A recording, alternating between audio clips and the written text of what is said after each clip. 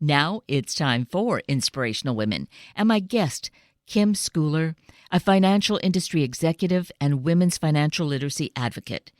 Kim is passionate about her work, and I believe we will feel empowered, regardless of our circumstances, to do something constructive about the financial aspects of our life. Kim Scouller, good morning. It is so wonderful to welcome you here this morning.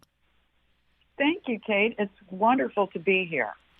I have the utmost respect for you and your profession, and I am so therefore grateful that you're here to help us to not only just learn about finances and money and get literate about it, but to tie this into something that is really such a huge issue in our society, that is domestic violence. October is Domestic Violence Awareness Month, but we tie these two together and then it becomes like this really horrible, horrible situation. So you are here to help us to really bring a spotlight to it and help women understand and find their more sure footing, find a way out.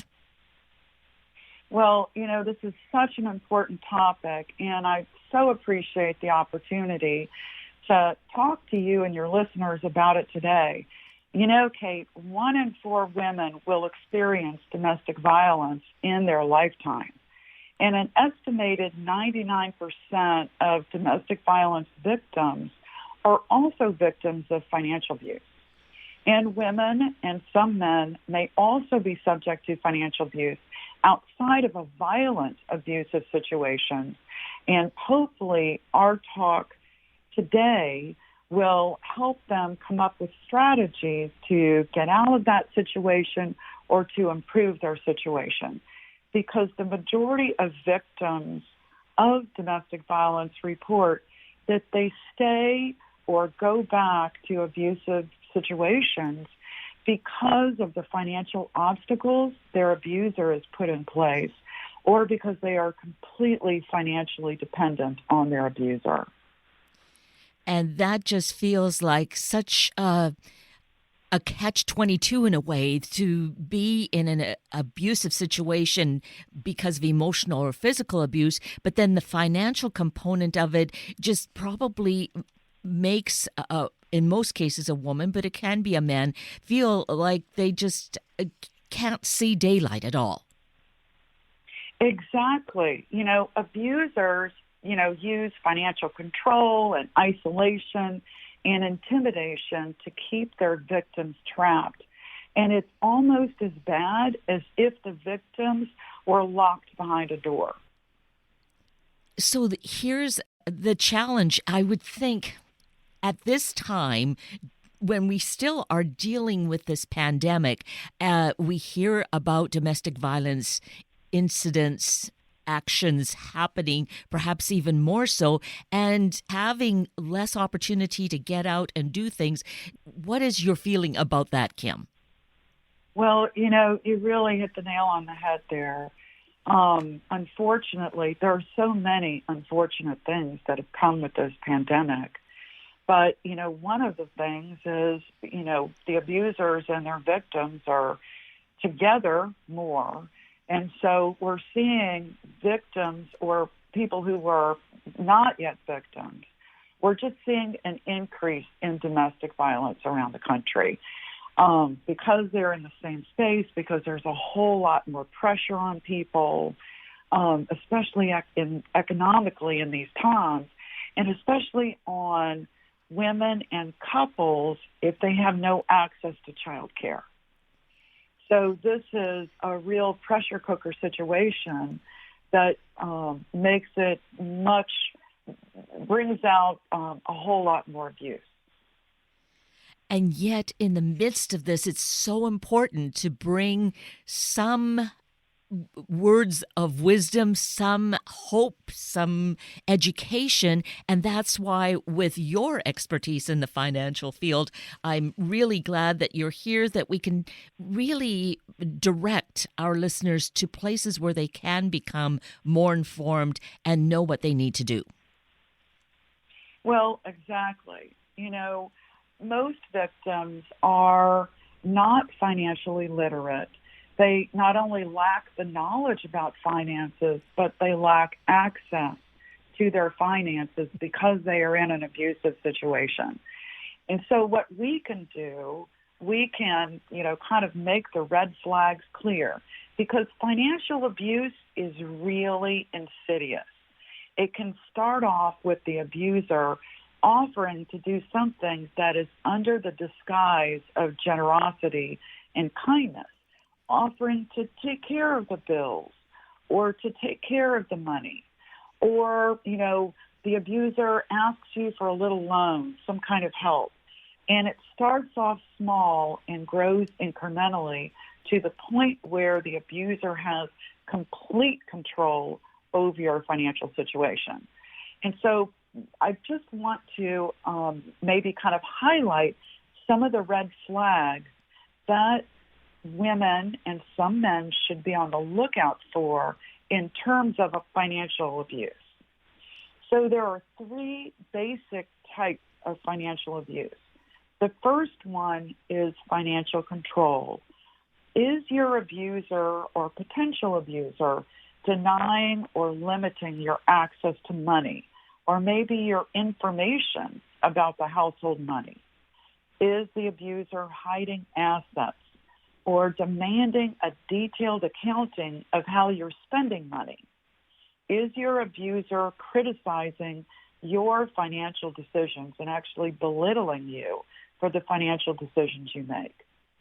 Is your abuser withholding or threatening to withhold money completely from you?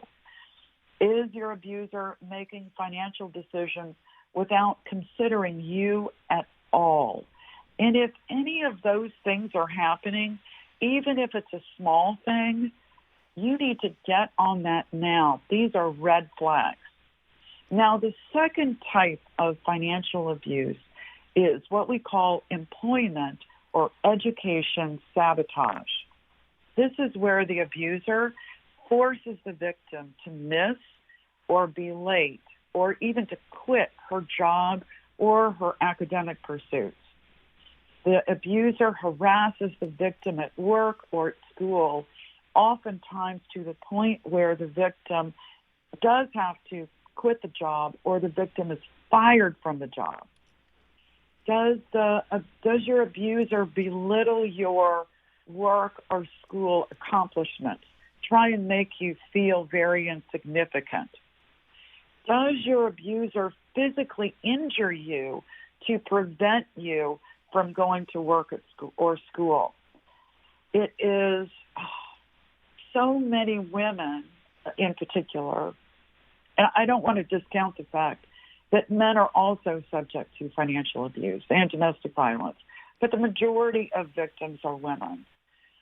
That women aren't able to go out and earn a living or improve their situation through education because of the horribly abusive situation they're in. Now, the third type of financial abuse is economic exploitation. And in this kind of abuse, the abuser is draining the bank accounts.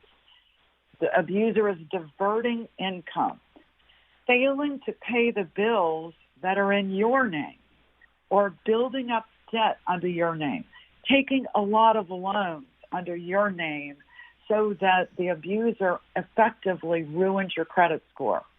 So not only do you not have access to money through your abuser, your household income, but you have no access to income from third-party resources because your credit score has been absolutely devastated.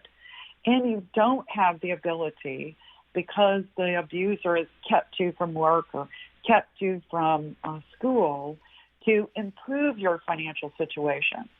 So these are the three ways that abusers trap their victims. And again, financial abuse does not have to be coupled with domestic violence. And financial abuse starts out very small and grows incrementally.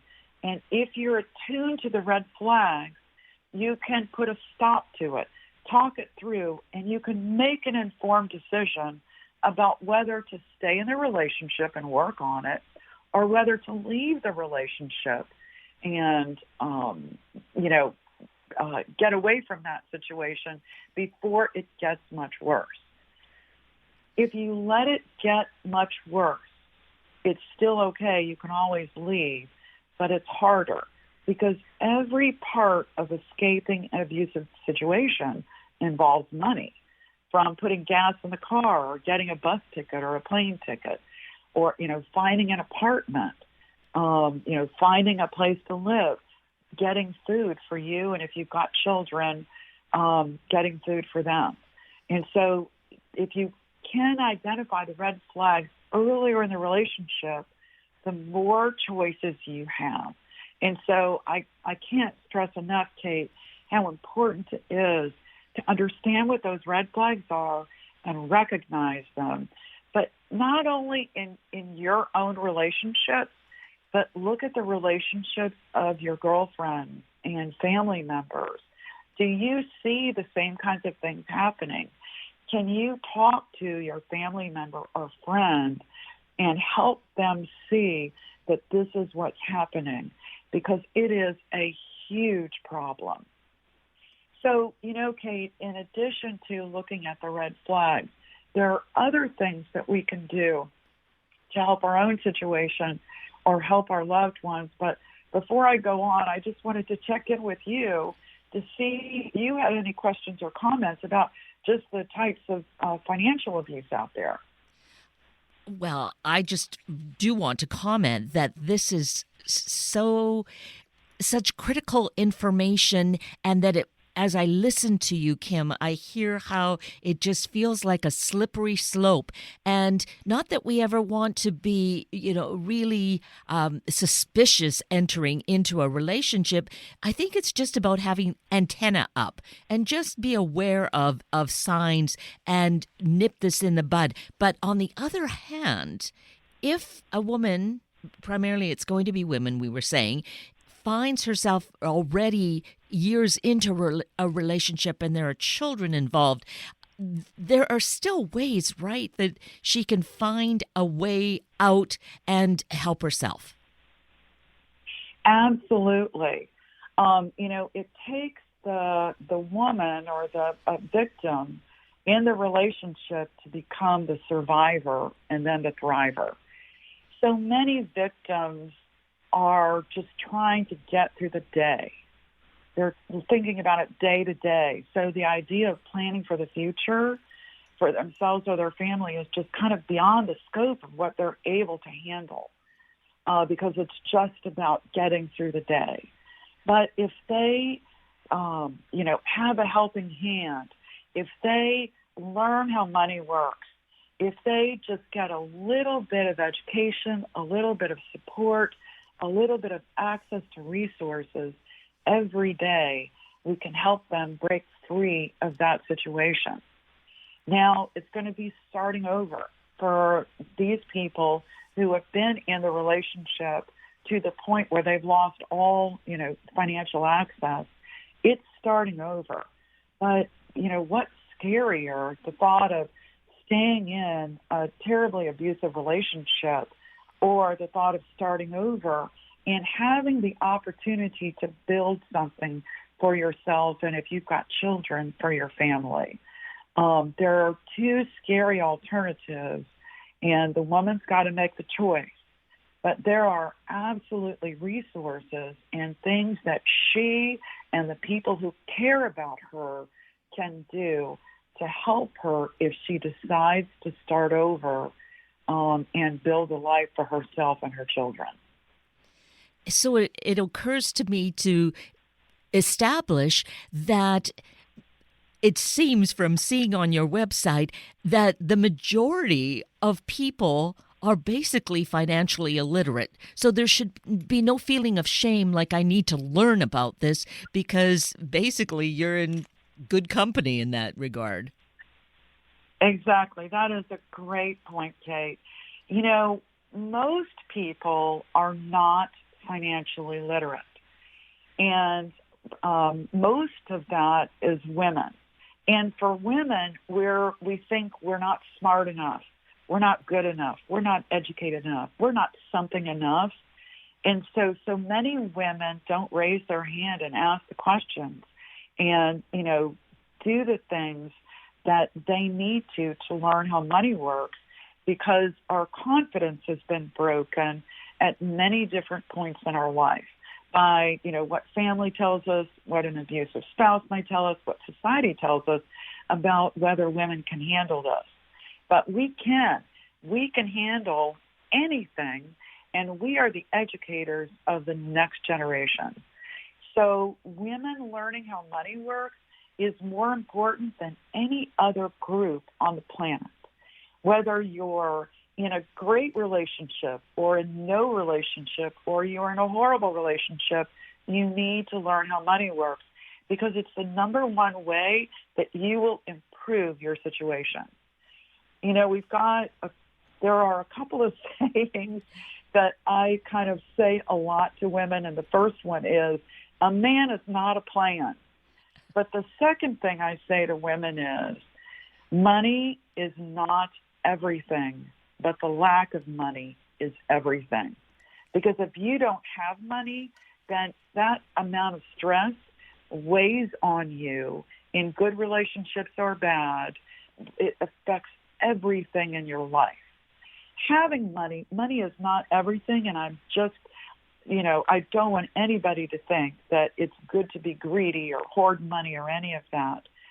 What I'm saying is you should learn how money works and try and work to improve your situation financially so that money is not a stress. Money is not a reason you stay in a bad relationship. It's not a reason you can't do the things for your kids that you want to do. It's not a reason you can't do the things for yourself that you want to do. And so let's get smarter about money. And when it comes to relationships, let's recognize red flags. Perfect.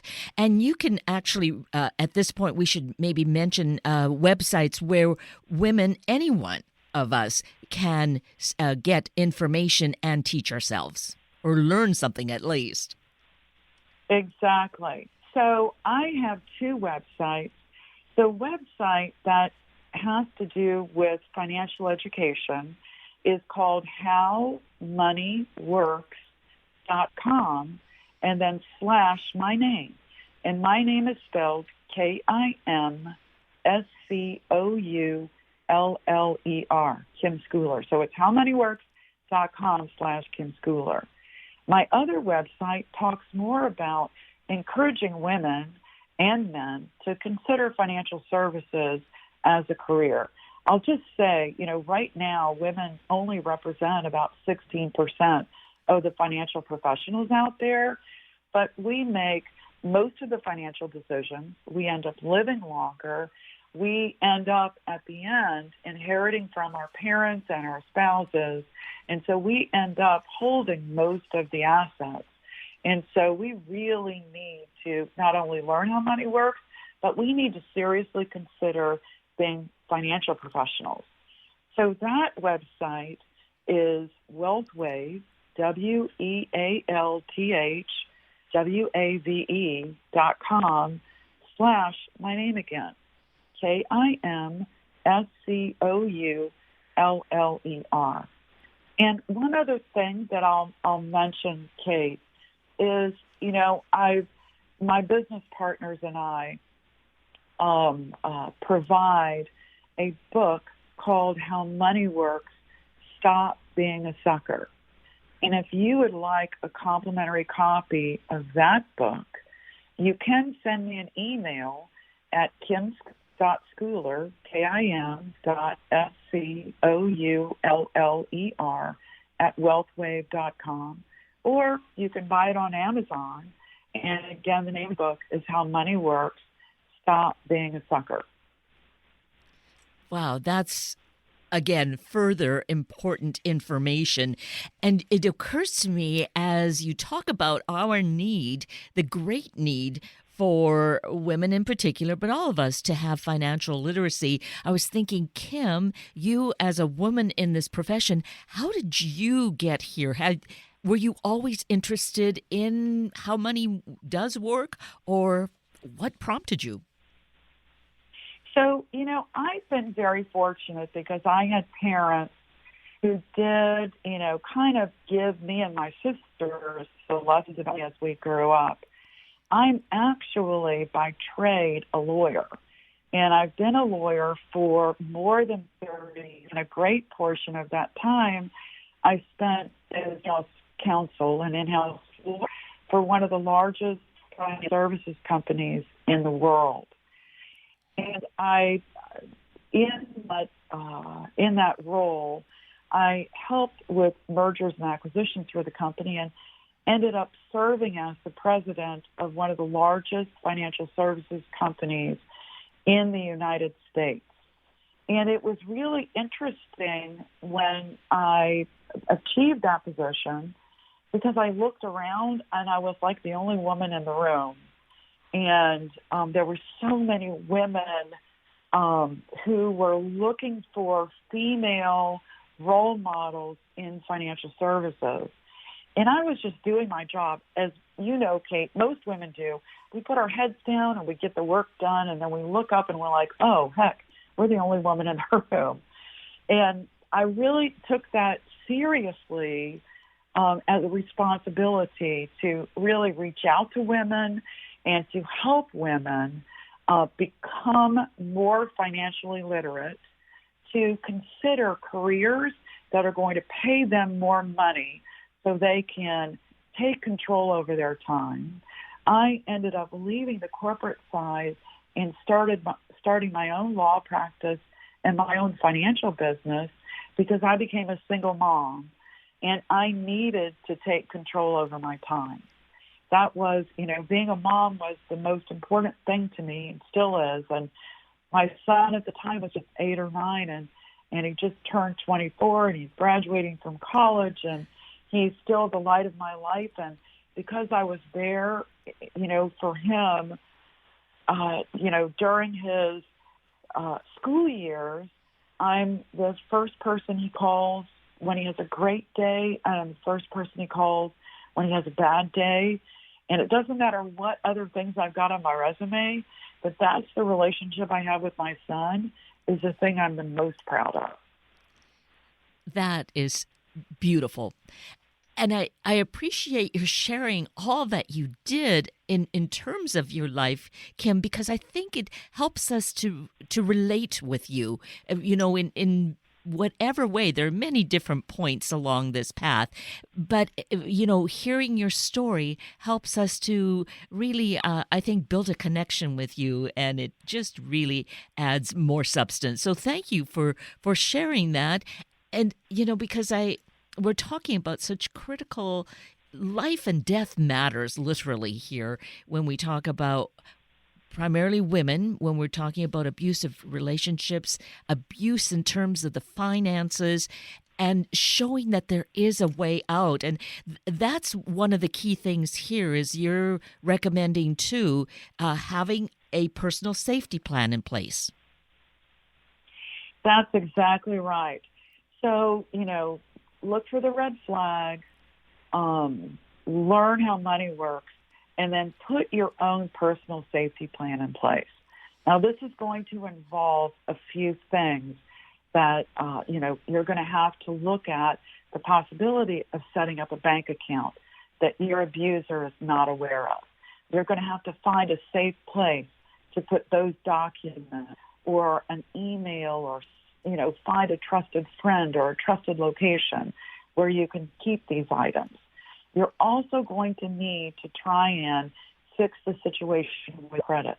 If you've got a bunch of their name because of the situation with your abuser, get on the phone with your lenders, explain the situation, try and work out a plan, but at a minimum, cut your abuser off from the ability to create any more debt under your name. If you're not yet there with the debt or credit score, try and start your own credit card that you keep away from your abuser so that when you do escape the relationship, you've got access to credit that you know you can use in an emergency situation. Some other things that you can do is take photographs of the assets in your home. Take photographs of the assets in a business. If it's, taking photographs of screenshots or bank statements or things like that, take all of that information and keep it in a safe place. Look at what resources are available to you in your community. There are a lot of fantastic resources for victims/survivors of domestic violence to help them, hide themselves and their children and to get into a safe place so you can not only survive but thrive. And, just know that you've got it inside of you. You're going to have those doubts that creep into your mind. You're going to have those, your abuser yelling at you. You're going to be scared. But the steps you take with confidence and strength and hope, because you can get out of this situation and you can do things yourself and you can access resources in your community and in your loved ones that will help keep you safe.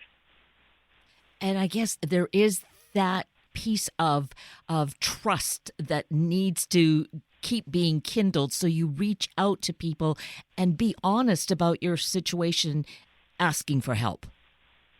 Exactly. You mentioned earlier, Kate, about people who feel embarrassed or ashamed because they don't know about money. Women and some men who are in abusive situations also carry that shame with them and embarrassment. And I think it's a really important reason why October is Domestic Violence Awareness Month. We should all be talking about this. We should all be aware. We should all be looking at red flags. Women who are in these situations should not bear the burden of shame on top of everything else they're going through. Women who've come through abusive situations are some of my heroes. I mean, just the amazing strength of character, strength of being that they have to get through the day-to-day and take care of their children and themselves. It's something that we should all admire and do everything we can to help them feel safe and know that they are loved and respected.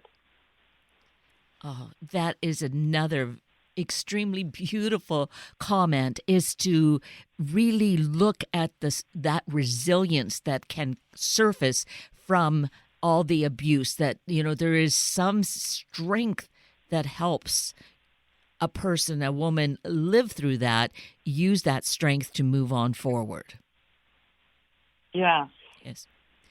Well, Kim Scouller, you are so amazing. I so respect what you're doing, and I am just so grateful that you have this desire to share with us, to inform us and educate us, because the majority of us, even if we don't find ourselves in a challenging relationship, we do all need this kind of knowledge and information going to live our life well. So thank you so greatly for your passion and for this work. Well, thanks for having me on your show, Kate. I've truly enjoyed this conversation, and I listen to your other podcasts, and I love them. Well, you're so kind. I appreciate that. And this is being added to them, so volumes of being able to inform and inspire ourselves, right? Yes, absolutely. Well, thank you so much again, and have a most wonderful day. Thanks, Kate. You too. And with that, we're at the end of a very full hour of Inspirational Women with Kim Scouller and Sunday Morning Magazine with Amber Lindemood and Terry Lott from Hand in Hand Kids. I'm Kate Daniels, your host, and I greatly appreciate your sharing this hour with me and these special guests. For details you might have missed or information you'd like to know, please just send me an email, kated@warm1069.com, and I'll get right back to you. Also, if you'd like to listen again or share these important stories with your family and friends, find the podcast on our Warm 1069 webpage. Just click on the podcast tab, then either of the show names, and look then for the guest names. I now wish you and your family a day of being a source of good and of change in the world. Have a week of the same, and then please plan to join me again next weekend for another hour of Sunday Morning Magazine and Inspirational Women on Warm 1069. Good morning.